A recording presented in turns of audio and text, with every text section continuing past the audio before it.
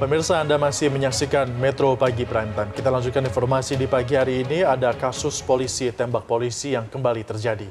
Kali ini Kepala Bagian Operasional Polres Solok Selatan AKP Dadang Iskandar menembak rekannya Kepala Satuan Reserse Kriminal Polres Solok Selatan AKP Rianto Ulil Ansyari. Apa motifnya?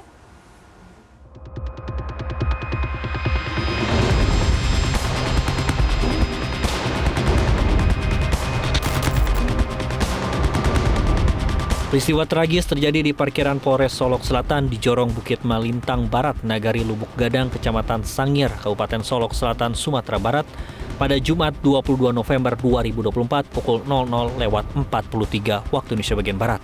Kepala Bagian Operasional Polres Solok Selatan AKP Dadang Iskandar menembak rekannya Kepala Satuan Reserse Kriminal Polres Solok Selatan AKP Rianto Ulil Ansyari. AKP Dadang Iskandar diduga menembak korban dengan senjata api hingga mengenai bagian kepala. Pelaku disebut menembakkan 9 peluru dari senjata api yang digunakan, 2 diantaranya bersarang di tubuh korban. Korban yang mengalami luka serius kemudian dilarikan ke rumah sakit, namun nyawa korban tak tertolong dan dinyatakan meninggal dunia.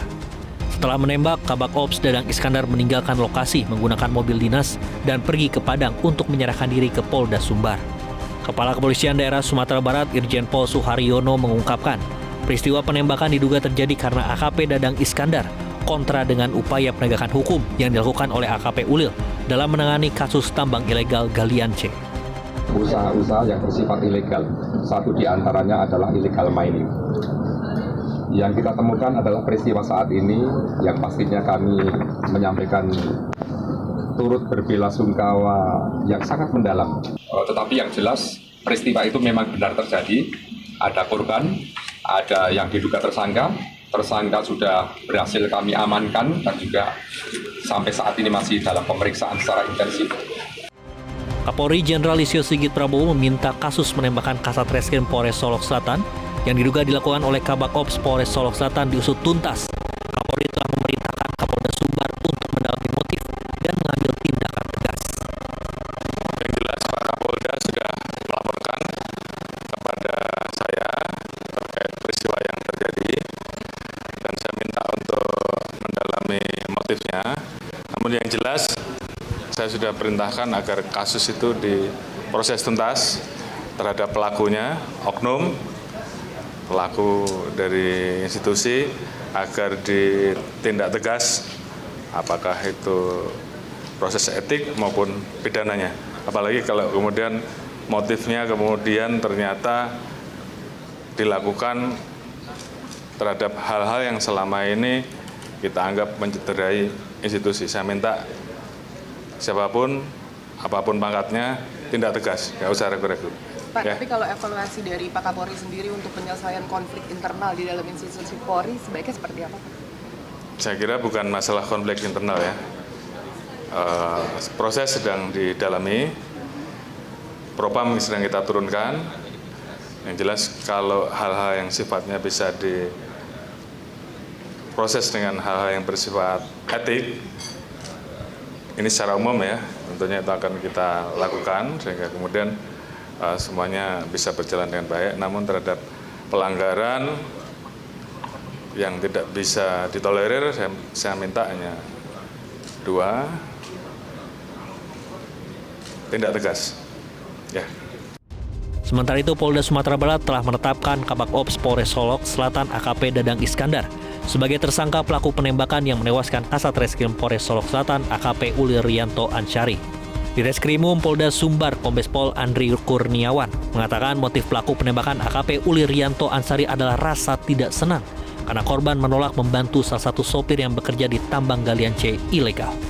Namun terkait keterlibatan AKP Dadang Iskandar membackingi tambang galian C ilegal masih butuh pengembangan dan penyelidikan lebih lanjut. AKP Dadang dijerat pasal berlapis, pasal 340 KUHP tentang pembunuhan berencana, subsidiar 338 dan pasal 351 ayat 2 dengan hukuman maksimal hukuman mati.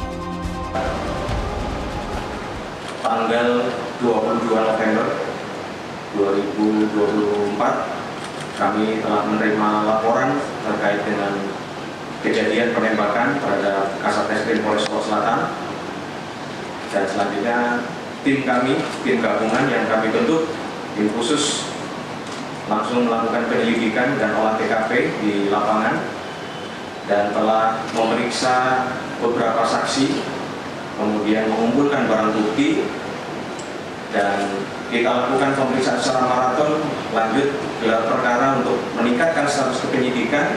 Dan tadi malam kita juga sudah melakukan pemeriksaan terhadap saksi-saksi, kemudian hasil visum juga sudah kita dapatkan, sehingga kita tetapkan pelaku yang saat ini menjabat sebagai Kabak Polres Solok Selatan sebagai tersangka dalam tindak pidana ini. Sementara itu, jenazah korban yang telah diperiksa di Rumah Sakit Bayangkara Padang, Sumbar kemudian dilepas melalui upacara yang dipimpin Kapolda Sumbar, Irjen Pol Suharyono. Upacara pelepasan dihadiri oleh keluarga korban serta jajaran Polda Sumbar. Jenazah kemudian dipulangkan ke kampung halamannya di Kota Makassar, Provinsi Sulawesi Selatan. Tangis ibu almarhum pecah saat peti jenazah anaknya tiba di rumah duka.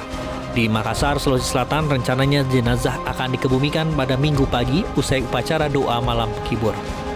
Berdasarkan penuturan keluarga almarhum, AKP Rianto Ulil Ansar sempat pulang ke kampung pada bulan Oktober lalu.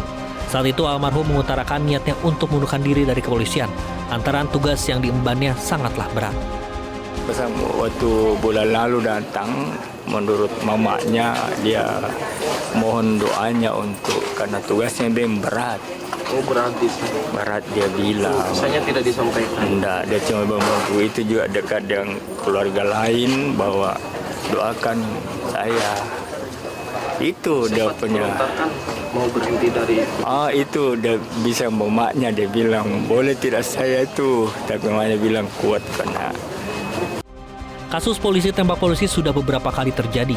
Di antaranya yang paling menyita perhatian publik adalah kasus penembakan terhadap Brigadir J atau Nofriansah Yosua Huta Barat yang dilakukan oleh rekannya Baradae pada 8 Juli 2022 di rumah Kadif Propam Polri Verdi Sambo.